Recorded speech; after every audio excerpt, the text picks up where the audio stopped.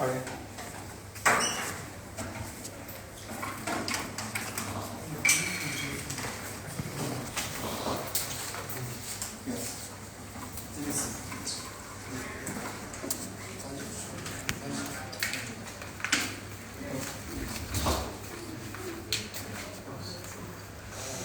Okay, so one more time, thank you so much.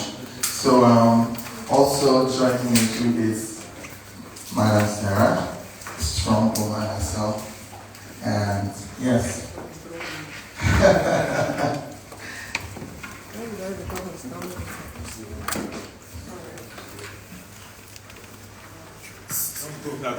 This place is not So please, let's so that we won't bump into each other's shots. Thank you. Hi guys. Good afternoon, ladies and gentlemen. Good afternoon. Thank you to everyone for being here. First off, we had to do this to I guess I deal with that. Well, not able to do that. That is one funny thing. But anyway, I'm not in the hospital. I'm ill and hearty. I don't know where that came from. But anyway, that's good. I'm going to go straight into the conversation without mincing words. On me, I am Nedu Emmanuel, and everybody knows me as Nedu. I'm on a personality. I'm a TV host, I'm a radio host, and the one that is causing problem is the Honest Brunch. I host a podcast called the Honest Brunch. Now, on the Honest Brunch, when a guest comes on the Honest Brunch, as we do in our fashion at the Honest Brunch, is to make the guests feel very, very comfortable. We make guests feel very comfortable before the show and even on the show. Any conversation that surrounds, as the guest is talking, you have to stop the guest so that the guest does not say some things. For me, it's not professional, and I don't do that. If you're a radio host or a TV host, you will understand that. And another thing I need to also say is, you cannot use my relationship with you wherever you are to force me to shut down what any guest is saying on the show. That is also not professional. Now, everyone has a right to air out their opinion when they come on the show. That is why at the beginning of the show, the Honest Brunch, you will see every opinion is shared on this platform is the opinion of the guest, not the opinion of the show itself. So everyone has the right to their opinion, and also everyone has the right of rebuttal.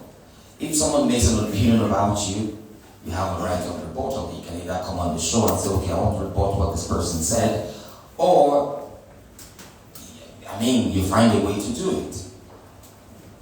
Maybe on any other platform, Instagram, YouTube, wherever.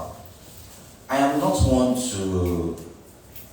A lot of things has been going on left, right, and center. But I'm going to say this. I am not one to indulge in petty exchanges of words. That's not who I am. It has never been my style, and it will never be my style to drag words with people on social media. I'm not going to do that. Let me now straighten out something. I was not fired from the Honest Brunch. I was never fired from the Honest Brunch. I decided to step away when the attacks became very personal, so that the show can go on and stand up, succeed even without me being there. So I was not fired. beyond being the host of the Honest Brunch, I mean, years ago, me came up with this idea of the Honest Brunch. Hence, the show and how we drive it to have gotten to the point where it is arguably the biggest podcast. We came together and formed it. But anyway, even on the show, if you are a TV host or a radio host, you have to understand that sometimes people play devil's advocate. That is my job on the show, to play devil's advocate. Husband Material has his own job, is in its own, they all have their job. My job is to ask the hard questions. That is my job. And it's also my job to make statements that most of you really think, but you can't say it. That is my job. And if for nothing, it has encouraged conversation, hard conversations that people don't want to have. And having said all this, all I'm going to say that it is very, very sad. Anyway, let's just leave that. This is all I want to say about the Honest Brunch. While this press briefing is based on the criminal something that was online, but I'm going to hand it over to Sarah here, that is the head of my management, to handle that one. Good morning, everybody, or afternoon. Okay, let's get straight into the situation. Okay, my name is Sarah Williams. I'm the Chief Operations Officer for Talking Drums Management Agency, right? We are a boutique management agency that offers services to various brands, artists, talents within the creative space. I think we've been managing Mr. Nedu, if I'm not wrong, for almost 5 years, if I'm not wrong. We also have other talents that we manage. If you go on Instagram or Facebook, most times when you check the bio of some of these talents, you will see our email there, and you see a phone number there. Usually, business conversations come to us. We have the business conversations. We negotiate, and we try as much as possible to broker deals for our talents and also help them in their career, right? So that's what we do. Like I said, Mr. Nedu has been under our management for, this is 2025, 5 years, let's say 5 years. And in the course of that 5 years, we have worked with him on several projects. We have worked with him on the Honest Brunch, and we will continue to work with him.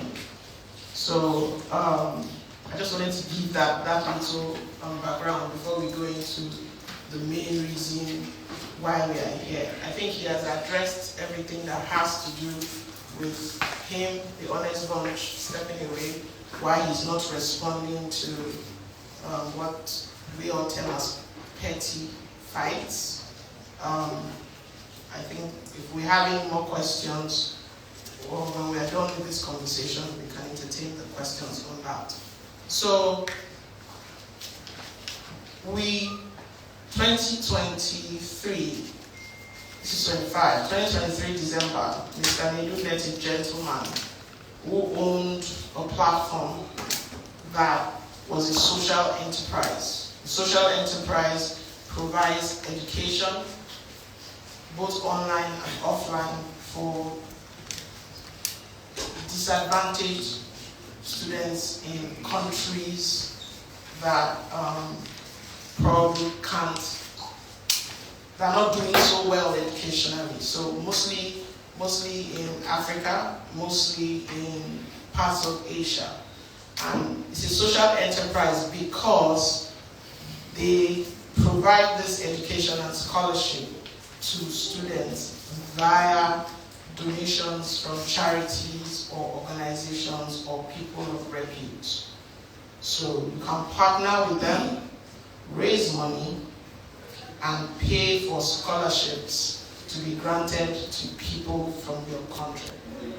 So They had a chance meeting, a conversation ensued, and the gentleman in question said, I would like to use your platform, partner with you to have Nigerian students benefit from this setup.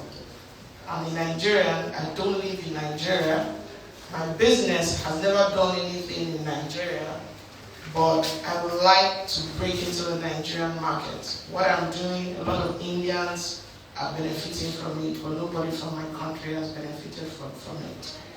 After they had that conversation, Mr. Nedu went ahead and connected his management and the gentleman in question, which is standard procedure.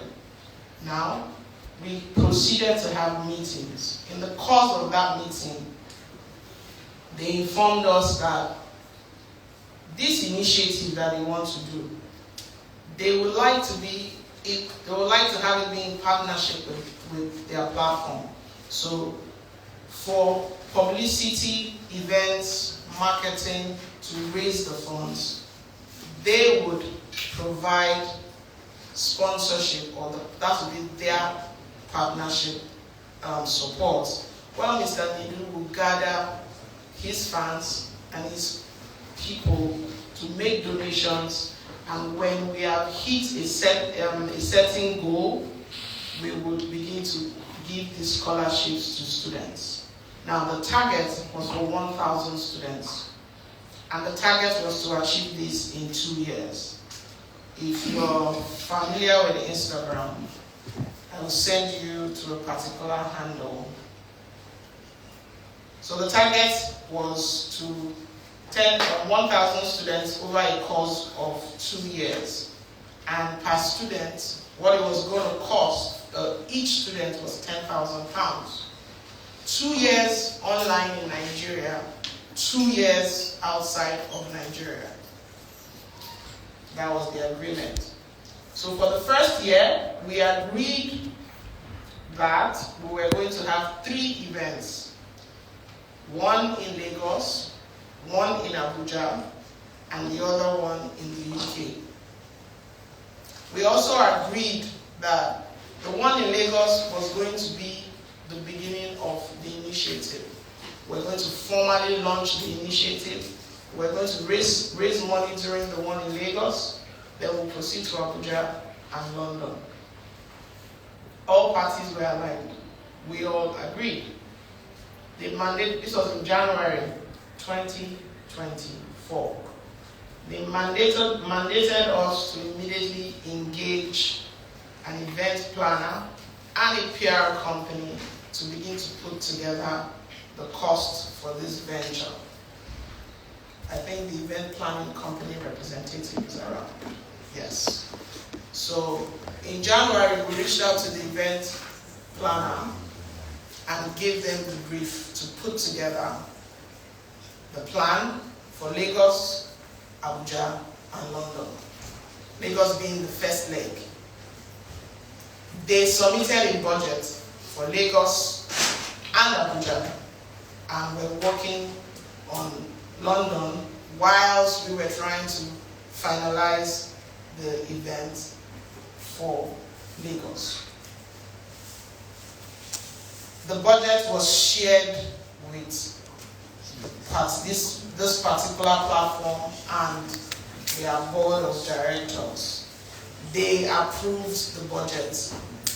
Both the budget for publicity and the budget for the event in Lagos. They were given 3 budgets. One was for Eco Hotel, one was for Ebony Life, and one was for Balmoral, Federal Palace. They chose, or we all agreed, to go for the Balmoral. And the reason we chose that was because since it was the first, we wanted to, for the sake of the brand, put out a good event. The event planner requested for 60% for her and her team to get to work, to tie down the Balmoral, to do all the necessary things that she needed to do. 60% was sent, it's okay, 60% as requested by her was made available for her to begin work. The money that was sent, 60% was about almost 34, 35 million, because her budget for the event, which they approved, was sitting at about almost 60 million. It was made available. Please, can I have that box? Immediately it was made available to her. She and her team went to work to start to plan the event. Right? So that fund was made available to her. There was a budget of 22 million that was supposed to cover, 23 million, that was supposed to cover promotion before the event, during the event, and after the event. Because we saw it as a campaign. We didn't see it as once we do the event, all the money we needed will be raised. A press conference was had to brief the press. If you go on Google and search, you will see the press conference. So we had a meeting with the press. We explained to them. Everybody said, laudable initiative, 2,000 students, 1,000 students. It's a lot of money. How do you intend to raise the money? We explained to them, Mr. Nedu is going to be leveraging on his people to do donations, his friends to make donations. Now, one thing I must make clear is the donations for this scholarship goes to the social enterprise.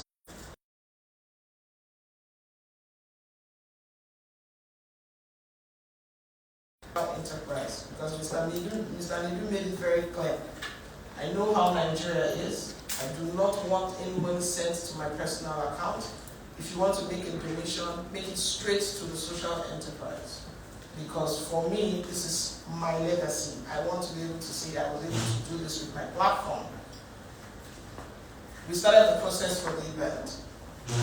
We had conversations, we were making plans. The plan was after the event, we're going to have billboards all around Lagos calling for donations from all and sundry.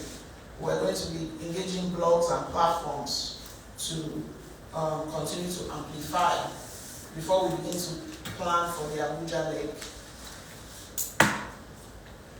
I talked about Instagram. Please let me show you share. So this drive was being done through the Nedu Scholarship Foundation. If you go on Instagram, you will see the Nedu Scholarship Foundation. It's NDUSCHF. It has about 3,000 followers. All the information about the platform, what we're trying to do, the initiative, the link to make your donations, everything is available on that page. So NEDUSCHF. Once you type it, you will see it there. The first video you will see will be Mr. Nedu, and then you will see subsequent videos explaining how you can be a part of and how you can benefit from the Scholarship Foundation. Where in the course of that, when we received a message from the partners that in the last 1 week, donations were trickling in, but they were not trickling in the speed they expected. And we made it clear to them that charity in Nigeria is not, if you're using the eyes of the UK or the US, where they're used to charity, where people will just donate money, it's still a growing culture here. And this is a new initiative. We haven't even had the launch. So people are going to donate, but they're going to take their time. We need to have the message saturate the industry. They said, okay, we came back a couple of days and said, we're still concerned. We're not seeing what we expect. We're expecting that right now the whole of social media will be on fire. We're like, that's not how it works. It's charity. It's not bad news. It's charity. It's going to take time. While we're having that back and forth, we are slated the 9th of March for the launch of the initiative. On the 5th of March, anybody who wants a copy of this, I can make it available to them. Mr. Dylan, who works for the platform that we're doing this in partnership with, sent an email informing us that they would no longer be part of the event. One, they would no longer be providing the support that they were supposed to provide, and they would be pulling out. The event was for the 9th. We were getting this email on the 5th. That's about 4 days to the event. Please, event planner, please, that box. This was the invite for the charity ball. We had over 200 copies of these sent to prominent Nigerians with what do they call it? Like a charger, something properly branded. If you look at it, you can see the name. You can see the name of the company that we're in partnership with. Boldly written there, and the Nedu Scholarship Foundation, Future Bright, also boldly written there. So, please, event planner. 5 days to the event, we have to inform, that's the representative of the event planning company. We had to inform them that we had a problem. Our partners were not going to fulfill their own end of the bargain. We would not be able to pay them their balance of 40%. Bear in mind, we have already paid them 60%. There's proof of transfers and everything necessary. And that we needed them to figure out what we were going to do. Mr. Nedu was like, should I cancel? And I said, you can't cancel. We already gathered people. People are coming in for this event. What we can do though is go ahead and see how we're going to figure it out. So we informed them. They immediately went to work and started adjusting the budget. Say, okay, anything we've not paid for, because in the email Mr. Dillian said, and I quote, he said, it would be prudent to refrain from releasing the remaining funds at this time.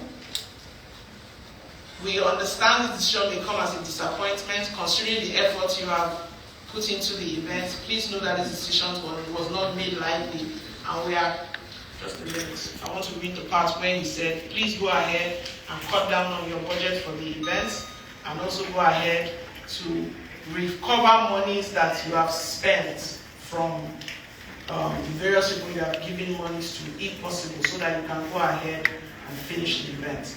He said, if you can, look to cut any unnecessary elements of the event.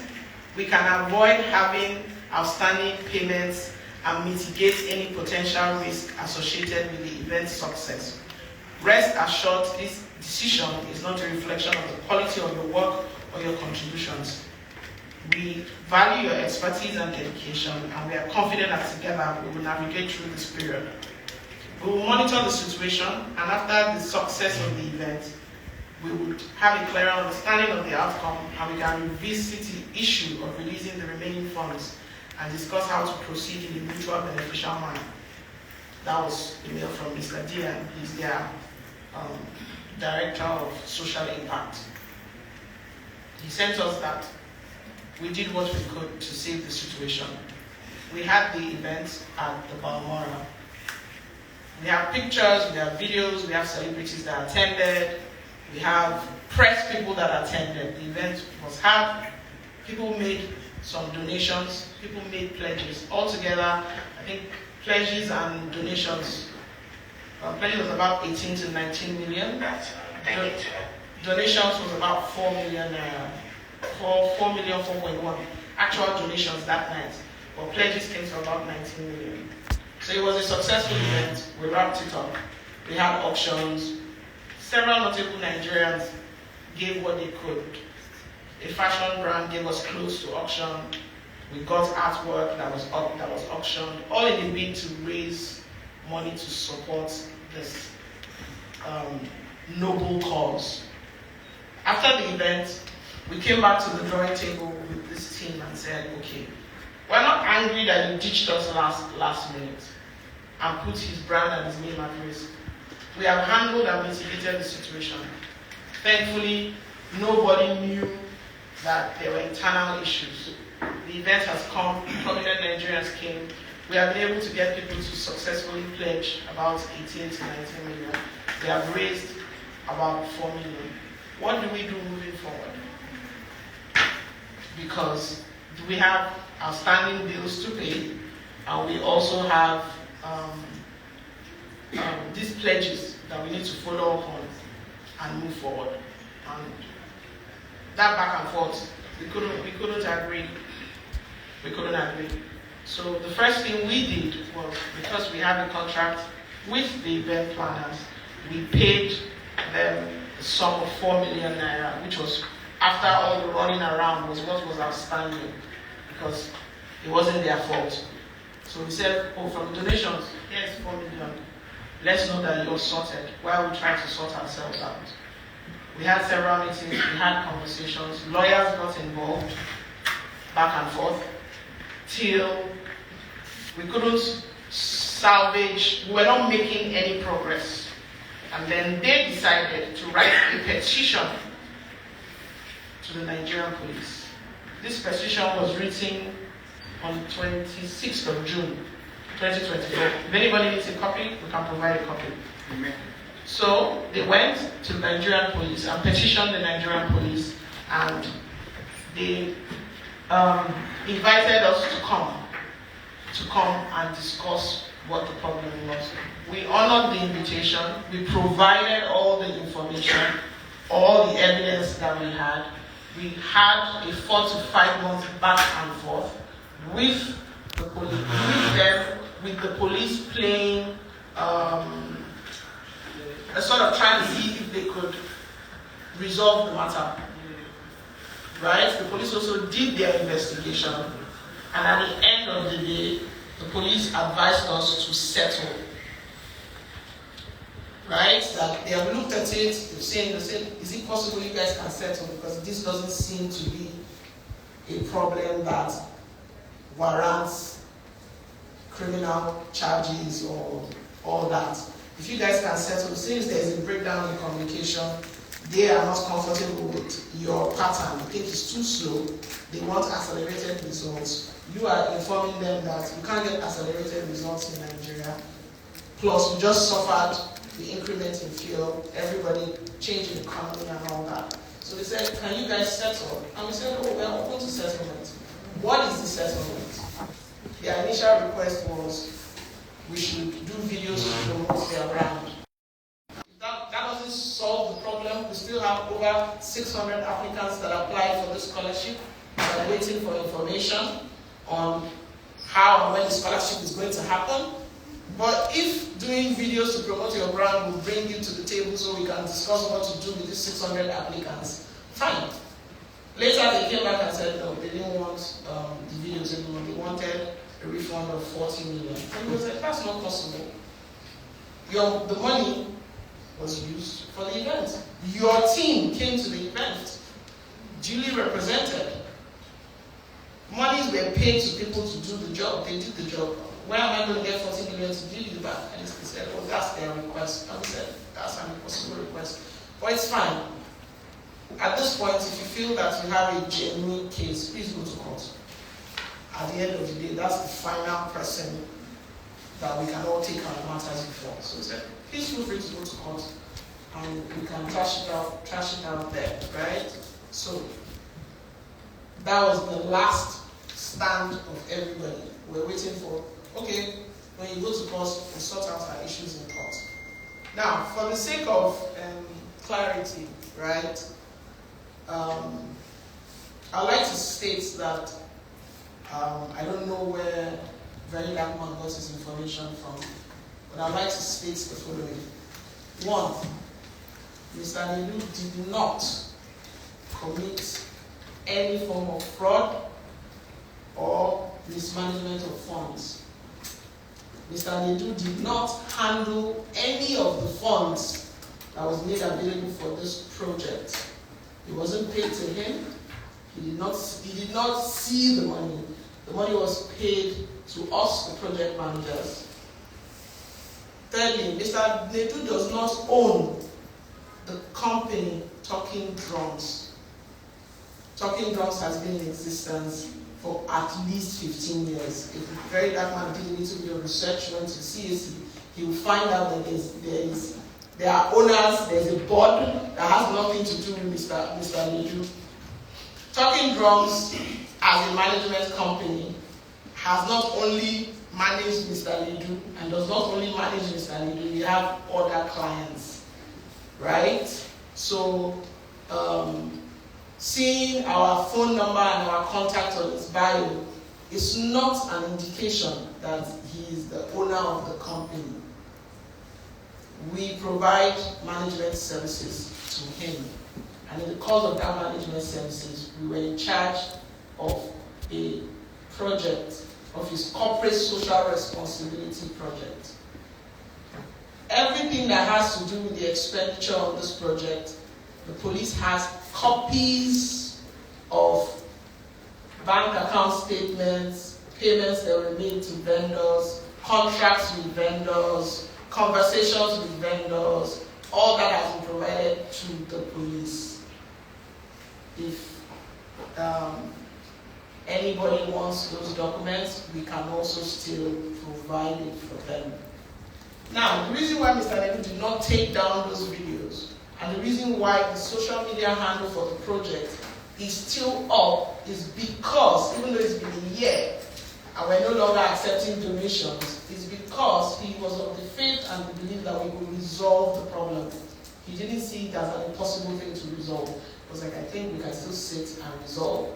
I think we can still find a way around it, because I still believe that we can have these students benefit from this initiative. The idea was to send students to school. I still want to send those students to school. So that's why if you go on social media and you go on this page, you will still see the videos up there, the campaign videos. I would also like to clarify that he didn't pay Timaya, Casey, all those people to make videos to support the foundation. They are personal friends of his who understood what he was trying to do and said, let us support you. One, by making videos to let people know that this thing is we're going to launch it, right? And then also encouraging them to donate. A certain part of the budget that was presented to the partner organization stated that we were going to pay content creators. Mr. Casey or Mr. Timaya is not a content creator. We're going to pay content creators honorarium of 500,000 to have them make videos, put the link in their bios for the donation drive as their way of supporting Mr. Nedu. So we would like the things to be clear. Now, the reason why that wasn't done was when they said we will not be moving forward, not be providing more funds. We had to streamline and say, okay, the one that we already announced, let's try and even just do that one. So if anybody needs clarity, information, documents to prove, to ascertain the true state of things, we are very more than open to providing those documents. Having said that, it has now become clear that this attack, because I see it as an attack against Mr. Nedu, is no longer dealing with petty personal issues. It's no longer dealing with, oh, he said that, I said that. It is now beginning to border on statements that are defamatory in character.